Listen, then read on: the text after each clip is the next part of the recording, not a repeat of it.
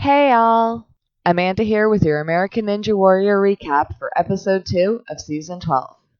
This was the second night of qualifiers where 16 competitors advanced. The course was what we expected, as there were no new obstacles introduced.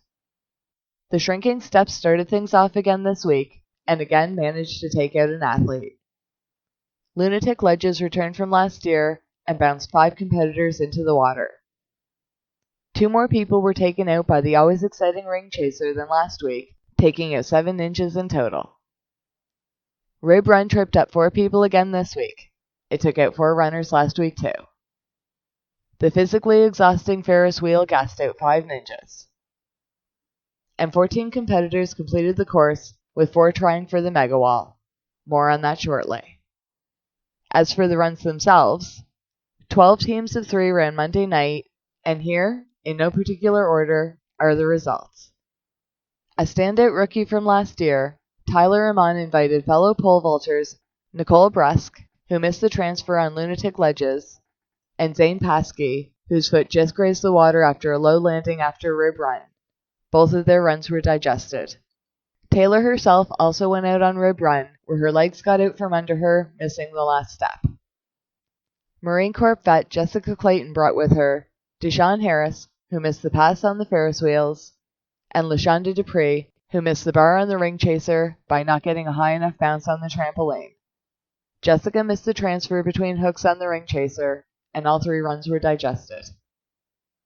A ninja vet from season 6, Abel Gonzalez invited one of his students, Gloria Orta, who fell on the shrinking steps, and her run was digested, and Holly Cavazos, who works and trains with Abel, who ran a little too slowly on Rib Run and hit the water. Abel had fellow ninja Matthew Day on screen cheering him on as he flew through the course, skipping the bottom handles on the Ferris wheel and advancing to the semifinals. After taking a year off due to an injury, J.J. Woods returned with fellow ninja Ronald Washington, who almost missed the ring and came close to losing his grip on the ring chaser, but made it all the way to the end of the Ferris wheel before falling off as the wheel dropped. J.J. also brought with him rookie Ashley McConville, who was one of my favorite runs of the night, who trains with her boyfriend and fellow ninja Caleb Bergstrom, a rookie from last year himself, who fought through the course and after 2 failed attempts, dug deep and conquered the warped wall, hitting her very first buzzer. JJ missed the transfer between hooks on the ring chaser, which unfortunately ended his season this year. Hopefully we'll see him back next year. And as previously mentioned, a promising rookie from last year, Caleb Bergstrom, was invited back and took with him friend David Hutchinson, who missed the hook on ring chaser, as well as sister Caitlin Bergstrom, who tried it with Caleb and their 6 other siblings as rookies last year. Caitlin tried to dismount to the landing from the bottom handle of the last Ferris wheel, but her hand peeled off from the handle and she went into the water. However, she went far enough fast enough to advance amongst the women. Both runs were digested. In a heartbreaking upset, Caleb started strong on the course, but he got too caught up watching the ring roll down the track on the ring chaser and banged his wrist on one of the monkey bars, causing his momentum to suddenly stop, dropping him straight down to the water below. And like I always say, this is why you don't want to miss the moment of the show. Anything can happen. Bringing some fun to the course, and for a good cause, Rue Yori brings back his adopted pet awareness with fellow pet activists, cat person Cassie Dirks, who fell on the transfer on lunatic ledges, and a rookie from last year, the cat daddy Jackson Twait, who took the 3rd fastest time of the night at 1:13:57, but whose run was digested. Rue's run was also digested, even though he attempted the mega wall, and while he missed out on the money, he did hit a buzzer to advance to the semifinals. Captain NBC returned with 2 rookies.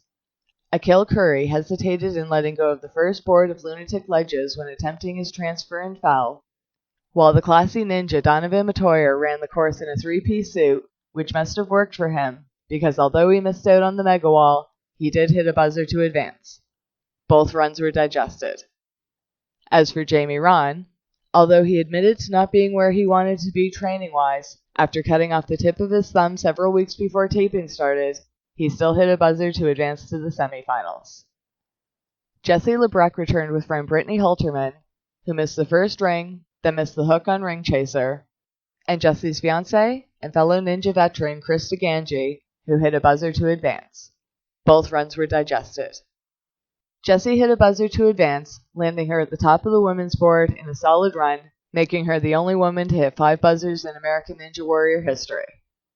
Well, making her the first woman to ever do it. We still have a lot of strong female competitors to come, including 2 that already have 4 buzzers under their belts. We'll see. Last year's runner-up Daniel Gill returned and brought with him 2-time walk-on Josh Norton, who landed the ring too high during the transfer on Ring Chaser and hit the bar rather than landing it on the hook and hit the water.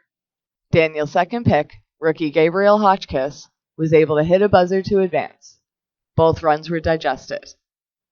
Daniel chose money over time where he went for the mega wall rather than try for the power tower showdown, but unfortunately just missed out on both, coming in with the 4th fastest time of the night.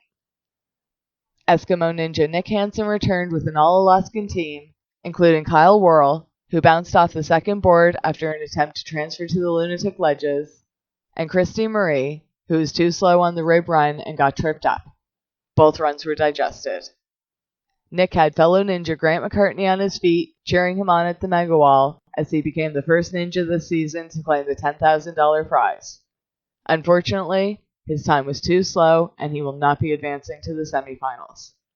Again, just because you hit a buzzer does not mean you are advancing to the semifinals.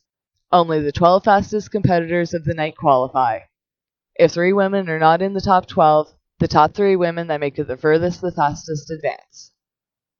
The Swan returned with newcomer Jack McCallie, who bounced off the second board after attempting a transfer on lunatic ledges, as well as a rookie from last year, Cameron Baumgartner, who almost went out on the shrinking steps after a close call on the landing. He went on to hit a buzzer to advance, but both runs were digested. Ethan Swanson went for speed and did not disappoint. Ethan took the second fastest time of the night, hitting a buzzer at 1:04.14. He had friends Grant McCartney, Tiana Weberly, and Michael Torres waving him on from the big screen cheering section. And Wildman Jake Murray returned with former pro hockey player Barry Goers, who had a tremendous run until his hand slipped between transfers on the Ferris wheel, and Glenn Albright, who has been on the last 2 seasons of American Ninja Warrior, but whose previous runs have all been cut from the show. Glenn also slid off the handles of the Ferris wheel, and his run was digested. Jake himself had the run of the night, finishing the course in under a minute. I tried to take notes, but it was so intense to watch, I suggest you look it up for yourself. It was slightly reckless at parts, but he had the fastest time and the power tower in his sights, and he went for it. Jake hit the buzzer in 54.5 seconds. Ethan and Jake faced off in the power tower, which has a new look to it. The course starts with the athletes ascending 6 large steps, each being 4.5 feet high, that need to be climbed to reach the landing. They then slide down a pole that leads to 4 angled steps. These steps curve around to more poles, only this time, they need to use the poles to climb up. They must get high enough to reach the first of 4 round shelves on posts that drop when the athletes put their weight on them. First one to hit the buzzer wins. The ninjas with the 2 fastest times get to run head-to-head in the power tower, where the winner gets to take along the 2 people on their team to the semifinals, regardless of how those athletes did in their individual runs. I made an error in previous videos in this regard that I would like to correct now. I thought the ninja that won the power tower, as well as their 2 friends, all advanced to the finals, skipping the semifinals. Apparently that is not the case. I'm not sure why I thought this, but I was sure I read somewhere that the speed pass would be in play this season, and that this is how it would work. I'm still a little confused on this rule. Obviously the 2 fastest ninjas of the night would be going to the semifinals, so other than bringing their 2 friends, I'm not really sure what the incentive is for the top ninjas. I mean, of course it's nice for the winning ninjas to be able to bring along their friends, but then, will that sway top ninjas to run for speed to help out their friends, rather than take a chance at the mega wall for going the top time? It's going to make things interesting at any rate. If you guys have any thoughts on this, please feel free to share them in the comment section below. The race was neck and neck until Ethan got hung up trying to climb a single pole, while Jake used both poles to ricochet up to the dropping shelves first, keeping the lead till the end. The friends jumped from the top together, and Jake's teammates Barry Goers and Glenn Albright advanced to the semifinals.